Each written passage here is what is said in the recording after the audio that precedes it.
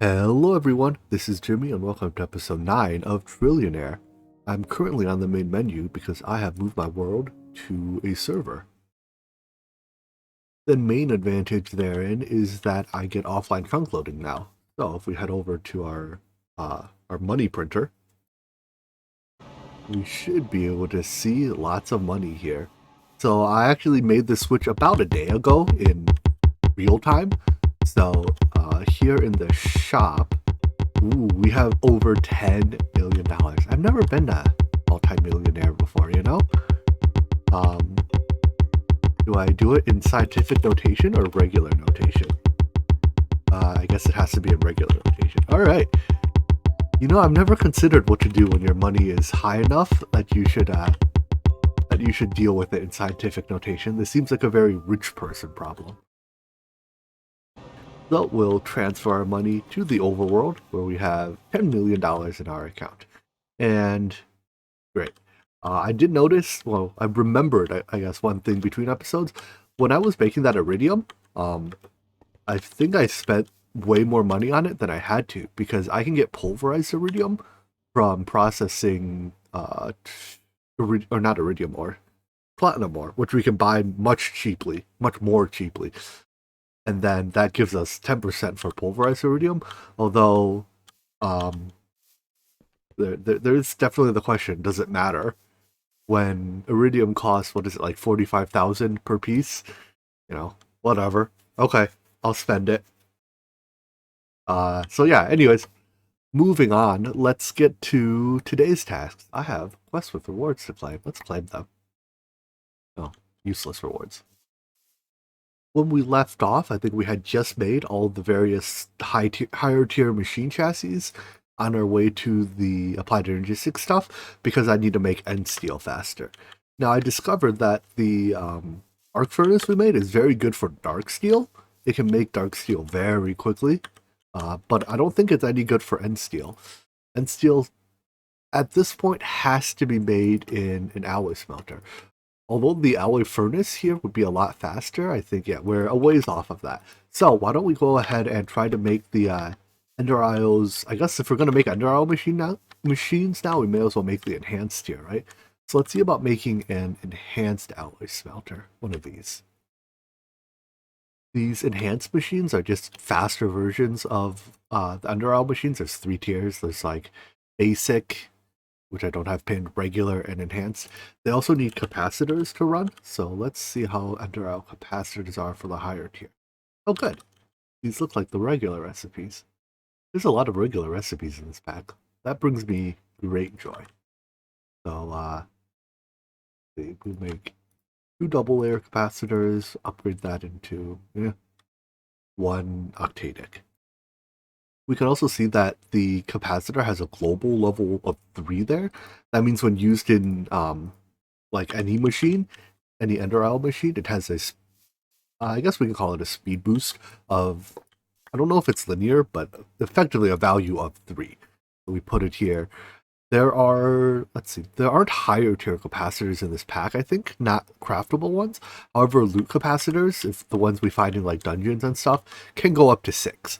So if we find this machine of you know, if we find the machine not to be fast enough, we can try to steal some capacitors from loot dungeon somewhere. But for now, let's set it up to be automated.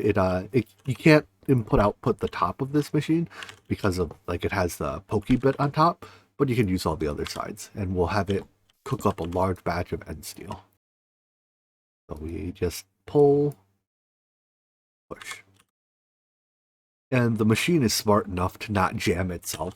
So when you have multiple different inputs in here, it's smart enough to not put obsidian in all 3 spots, which is more than can be said about some other machines. Anyways, why are you not pushing? I guess it's crafting fast enough that it's it only like pushes after it's been idle for so many ticks, and I guess it's crafting fast enough that this slot, because it updates like when a crafting task finishes, it's like, oh okay, I'll wait till it stops updating. Oh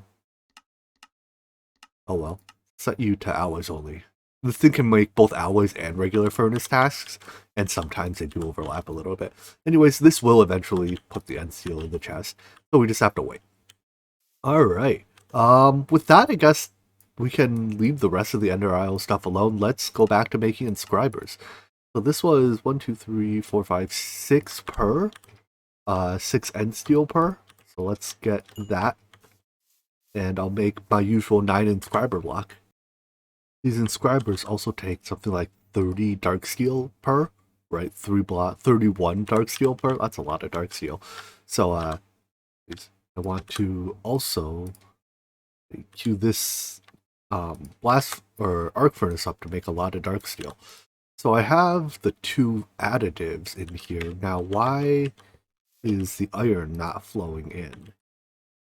Let's check this out here. I wish I had flight.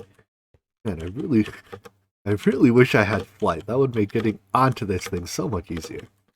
Why do you not go in? Who knows? Forget it then. I'll just put the inputs in manually. There we go. And yeah, just queues up 12 stacks of dark steel and it crafts it all. Show up here and just like, I don't know, how long does it take to make a piece of dark steel in this thing? 4 seconds. So making 12 stacks takes a hair over 4 minutes. 9 inscribers coming right up. I did notice that we do have the advanced inscriber, however it requires engineering processes to run. So, cables. Why don't I just set up one of these standalone and use it to make the 18 engineering processors we need so that I can, from the beginning, build with advanced inscribers. These are better because you can input and output any side of them, as opposed to the regular inscriber, which has like, you have to input and output 7 different sides to do what you want. Anyways, we can buy the presses. It's very good. It means I don't have to go out, looking for them. In fact, we're going to need 3 silicon presses. And anything else we can buy here related to applied energistics? Doesn't look like it. I've opened this shop like 7 times now looking for these acceleration cards. Part of me is like, they have to be in here, right? There's all these other speed upgrades. But no, I think it's time for me to come to grips with the truth. I can't just buy acceleration cards. Darn it. A few more crafting mechanics before we get into applied energistics properly. First of all, charged Certus quartz that just comes from the ore. We could turn this into fluix by dropping it with 3 stacks, I guess. Nether quartz and redstone into a little puddle of water and just waiting a second. And pop, it turns into fluix. And I think we get 2 per, so we should get 6 stacks out of this. Excellent. Now I can use this to make an energy acceptor. Oh, nope, just kidding, not yet. We can do this to make an energy acceptor. And this can convert energy into like the applied energistics energy. I think they call it like AE or something. I don't know, applied energy. We'll also need a couple crystal growth accelerators. This is used to make pure crystals.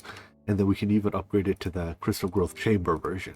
The crystal growth accelerators are used for in-world crafting, whereas the crystal growth chamber, I'm just gonna, you know what, this here is already a disaster, right? Let's just make it worse. First of all, it only accepts AE energy. It doesn't even connect to universal cables. And we can throw fluix seeds into here, or Certus seeds. Do I have sand?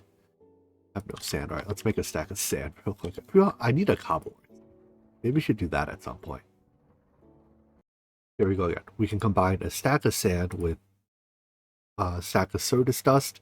This serves as both a doubling mechanic and as a I don't know how to describe it, like a crafting mechanic. The seeds, when you place them in a growth chamber, will grow pretty quickly. This is without any acceleration cards. With cards, it's basically instant, but it'll grow into pure crystals. And basically, for each regular crystal, you can get 2 pure crystals out of it. So it's kind of like ore doubling. But there's also some recipes that explicitly call for pure crystals. Namely, in order to make acceleration cards, we need calculation processors, and those have to be made from pure crystals. I think the ME controller is another recipe. It has to use pure fluix. Can't be regular. Alright, slow inscriber, your time has come. Once I make 2 of these circuits, we can upgrade it to the not slow inscriber. The advanced inscriber has one disadvantage in that it only accepts AE energy as well. It won't directly connect to RF. But really that's not a big deal because it's much faster. So back to making these crystals. It also takes a whole stack as input. I guess it's not faster yet. It has room for 5 upgrades. In that case, let's just make the upgrades first. Give me 5 of these and 5 of these. And again, it buffers a whole stack. Oh, so nice. Now is the time for the advanced inscriber to shine. With all its acceleration cards, it takes, I don't know, maybe like quarter second to make a silicon thing. At this point, we're ready to make the ME controller if we like. However, I'm going to take one detour here, go to the vat and get plastic, and get down here into industrial foregoing, because I want the material stonework factory. This is used to make silicon, and there's other ways to make it, like we can make it in a sag mill, but this is the only machine that makes it without any input. Technically, a sag mill can make it without any input if you like combine a sag mill to make sand with a sag mill to make gravel with a cobblestone generator of some sort, but like that's 3 machines. This is 1, and the only thing I need for it, I think, is okay. We need everything, but we need plastic and pink slime are the things we don't have yet. So plastic is made a little differently than usual. We need a vat. The vat is like the worst item to search for. I think is it called the vat? Yeah, I think it's called the vat for that reason. But if we make the vat, we can brew up some liquid plastic and then turn it into the solid version. I'm not going to bother setting this up for automation because we only need to run it very briefly. So if I fill it with water, yeah, and then we need to make latex, which I believe uses this rubbery substance, which we can extract off the trees. Add this there. That brews it into liquid latex. So we get, this is how you make latex as opposed to the regular way of we don't get much latex from that piece, as opposed to the regular way of getting it, which is to like extract it from wood. That method is disabled, and then we can just convert that. The rest of the process is a normal industrial foregoing way. So we need a called a latex processing unit or something. Yeah, a latex processing unit. Well, getting really crowded here. Push into that. This also needs water. More water. Once we get 9 pieces of tiny dry rubber, gonna need a bit more rubber. Hold on. Once we get 9, though, we can turn it into 1 piece of industrial foregoing plastic. Also a bit more efficient to, I guess, use rubber in the process of making latex. We turn rubber into latex into plastic. Sure. Alright, just gotta wait for this. 8 and 9. So we can take 9 of these, craft them together, and then, hey, get out of here. Smelt that product. Ooh, I do have, I guess if I set you to furnace mode, I do have a regular furnace now. It's been a while since I've had one of those. Now here's the thing about plastic. It's kind of a lot of steps to make, but we're allowed to print it. So let's scan it and store it. And plastic is extremely cheap to print at 10 micro buckets of UU matter per. So 10 micro buckets means that each millibucket gets us 100, right? That's how math works, I think. We'll set it to this, and here we get 1 per tick. So yeah, we don't even need a tremendous amount of it. In fact, I'll probably stop it now at 2 stacks. But if we need more, you know, we can hit the make me 1 a tick button later. Very convenient. That's why I kind of didn't bother setting this up properly, because we don't need it anymore. Thanks for your services.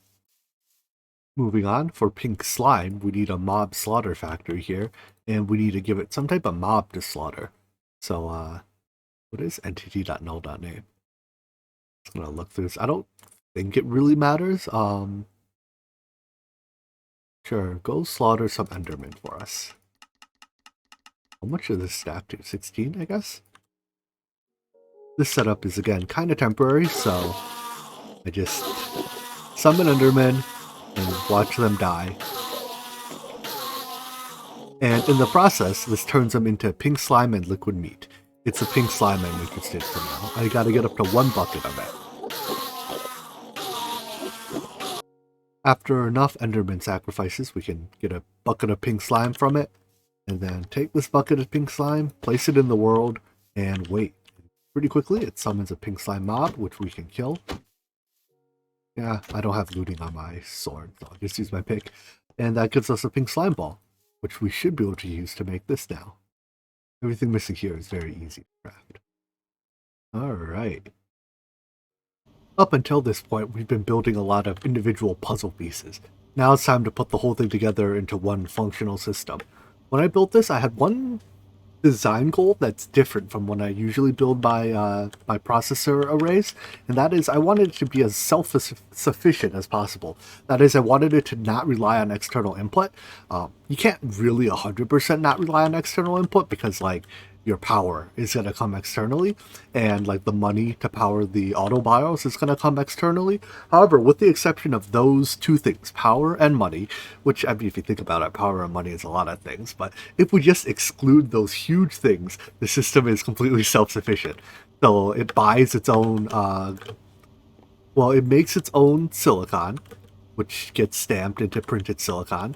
Then it buys its own stuff like gold to turn into ingots, diamonds to turn into, well, diamonds, and this middle one's a little tricky because it has to be pure Certus quartz.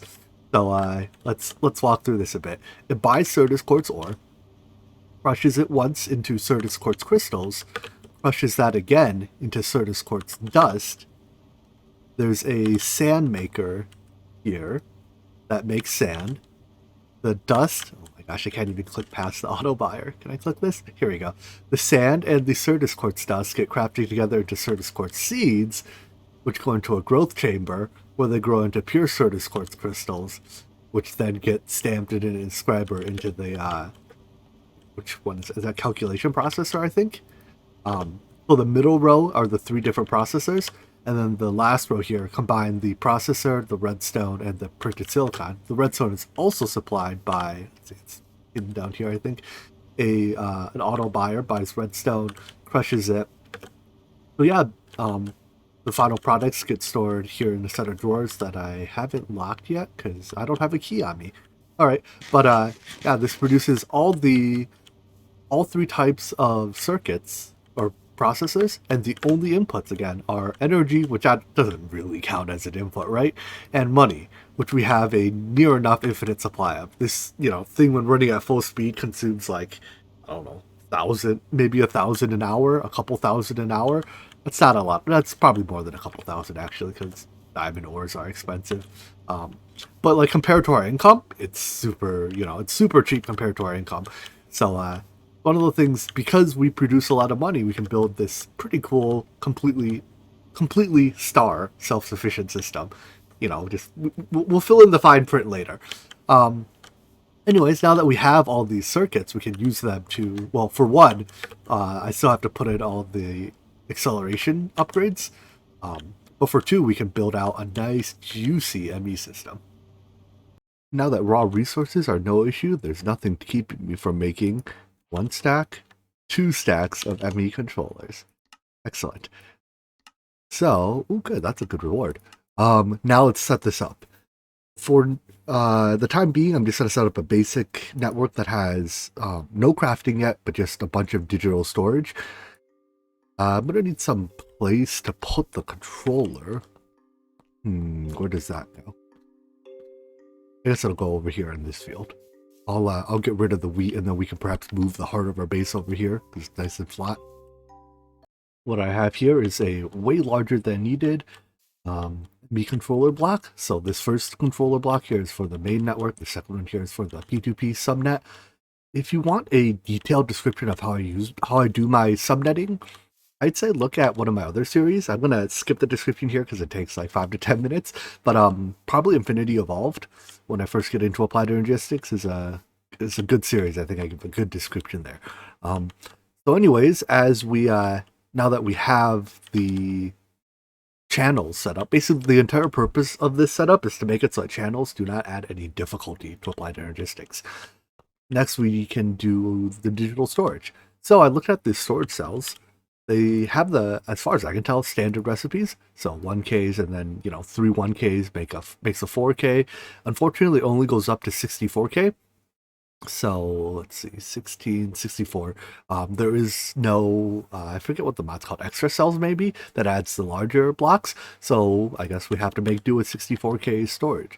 64K, each byte holds 8 items if they're of the same item type. So a 64K storage cell holds 250. Wait, is that true? 64 times 8. No, holds like a lot more, somewhere around 500,000 items, which is not half bad. But it does mean that we are still limited by types. So what I'll probably do is I'll do 10, 20-ish 64K storage cells as bulk item storage. And then we'll have a drawer system dedicated for single super high count items, right? If we're going to expect to have millions of a single item, we'll store them in drawers, compacted drawers, something of that nature. With our basic applied energistics infrastructure in place, including some terminals so we can actually view the contents, let's start putting our items into storage. So I set up a little importer here. Basically, it's just an import bus with acceleration cards. Literally all it is. Its purpose is to ingest items. So I believe we have carry on in this pack. Oh my gosh, we are slow while carrying. So I can just carry each of our storage crates over here, set them down. Their contents should get ingested reasonably quickly and show up in here. Very good. And I can put all of my items away as well. So now we can access all of our inventories in one, which is a big boon for crafting, especially when crafting stuff like these cells, which take a whole lot of steps. Being able to access all of our items in one inventory is a huge time saver. Now my last crate and my last storage cell. I wonder which one will run out of space first. Probably the cell, because this crate has a lot of different item types in it. In fact, almost all of my cells, you see that they're just about half full. It takes exactly half the cell to activate all 63 types.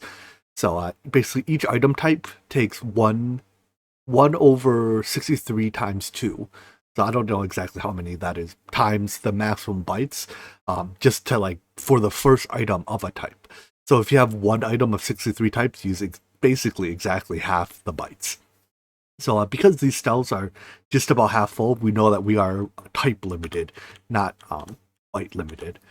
So yeah, it looks like we run out of types before we ran out of how do I put this? We ran out of types before we ran out of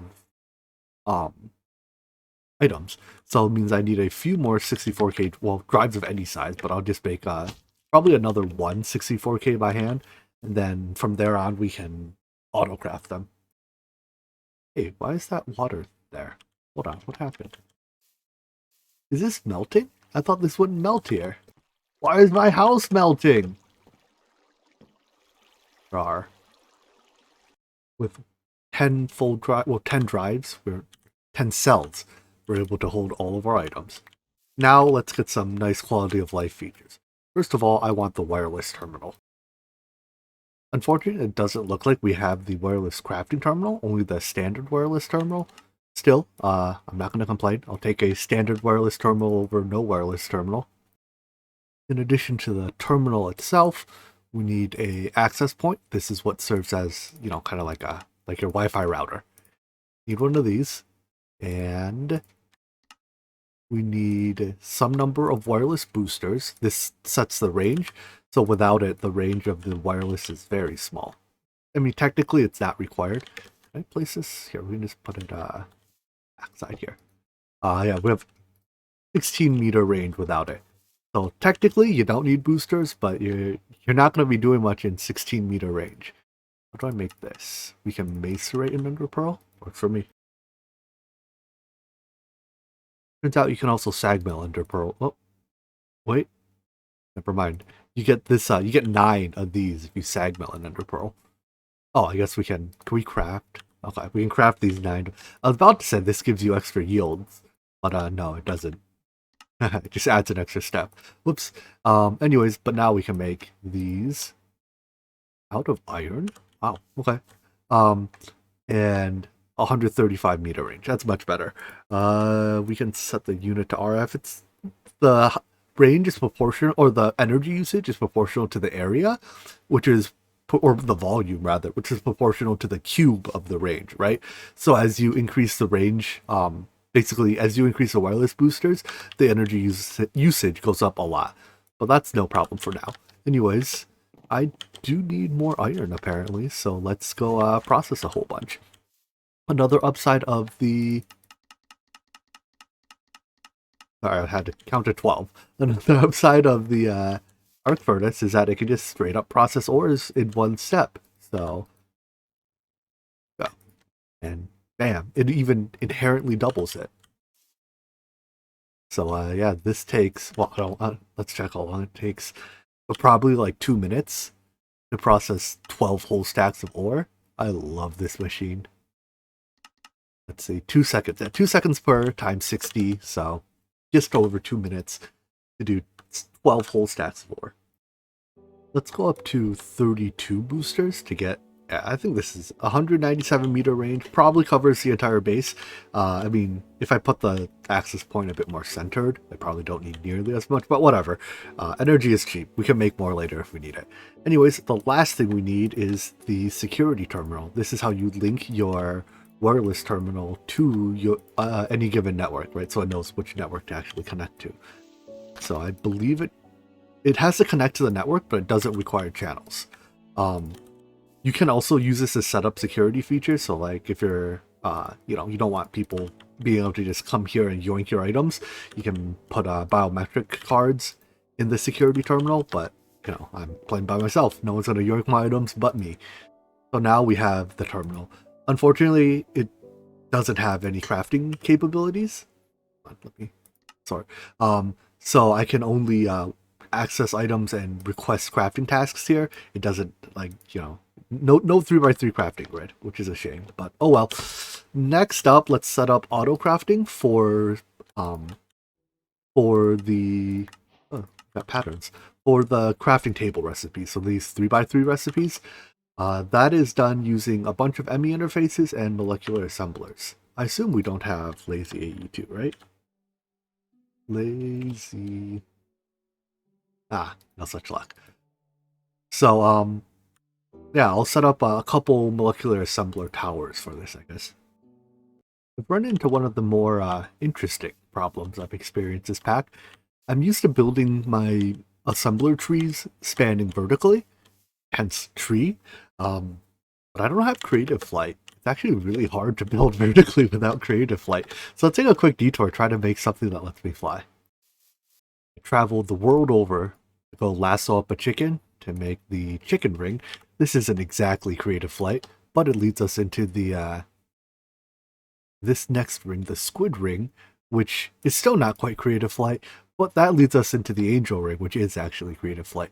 However, I still need to capture, what are this? A bat and a ghast. Alright, can we buy ghasts? Please tell me we can buy ghasts. Nope, we have to, okay. Well, how am I going to capture a ghast without flight? I've never actually made an angel ring with the default recipe, I think. I guess I can use my lower tier ring to fly. So I do need to generate some grid power. Let's temporarily just put this right here. Perfect place. So make... I want to make the dragon egg mill, but that requires some polished stone. Or some stone burnt. How does this look if I click this? Oh, I need the ring to not be using GP. There we go. Alright, so speed up please. Then click this. And then, are you done? Oh wow. Turns out time in a bottle is really good. That lets us make the dragon. Does this have a recipe? Yeah, but it's not easy. Alright, I'll settle for the dragon egg mill. What goes in the middle of that? One dragon egg mill produces 500 grid power. And that's enough for basically the whole game. unless you're doing something ridiculous with grid power. Let's take your dragon egg, but not using our dragon egg for anything else. Let's set this inside the ME controller. I can't actually get in there because I can't fly. Dang it. Alright, let's put it somewhere else. Idea. We're allowed to break blocks on the controller, aren't we? Alright, no one's gonna mess with our dragon egg mill in here, right? I hope. Now, if we get that ring back, I think it gives us somewhat limited flight capabilities. It gives us limited hover or non-hovering flight. It's not very good, but it should be enough for it to help us capture a squid. See you, bat, you're coming with me. Hopefully before I run out of flight juice. And by squid, you didn't just get shot, did you? Oh my gosh, where is he? Bat? Stop it! I knew how difficult it is to catch a bat. Yeah, I'm gonna get you. Like, I can see him on the... Oh, we got him! Alright, nice. One down. Now for the ghast. The ghast has to be caught in the nether, obviously. And I actually haven't been to the nether yet. So, we get to go to the nether for the first time. Now I have to go find and catch a ghast. I think we also have to weaken it a bit so that we can actually catch it with the lasso. But step one is to find one. Not quite a ghast, but I found another fortress. Does that count? I don't actually think I need anything out of here. Like, I can just buy drops of evil and wither skeleton skulls and stuff. So, oh, you're a ghast. There you are. So we have to weaken it. We don't want to kill it. Please don't kill me. Did you hurt enough? No, that should be hurt enough. Hey, there we go. Alright, let's head back. Well, that was a fun detour to the angel ring. Now we can proper creative flight. I don't think it's very fast. Like well, it's not slow. But compared to some later options, it's like Draconic Evolution flight. It's not super fast, but it'll suffice. Anyways, now I can more easily build out my my assembler tree. Here it's one assembler tree. I'll start with one for now. In fact, I don't even have the upgrades in them yet. But each tree has 32 interfaces. As you can see, all 32 channels are in use. Each interface holds 9 patterns. So a full tree holds something like, I don't know, 32 times 9, whatever that is, patterns. Which is a fair number, but probably not enough to finish a pack out with. I suspect we'll need 2 to 3 of them by the end of this pack. We also need to make crafting CPUs, which will hold the crafting intermediates, as well as, well, that's a lot of those, as well as make the, handle the item IO and that kind of stuff. So, let's see, let's just make, how big do we need to start with? Let's start with 4 crafting CPUs, each with 64Ks, and then I'll give each one like 7 co-processors, something like that. You know what? We're rich, and rich people build large crafting CPUs, and this is what I'm told. So let's build a large crafting CPU. We can do something like this.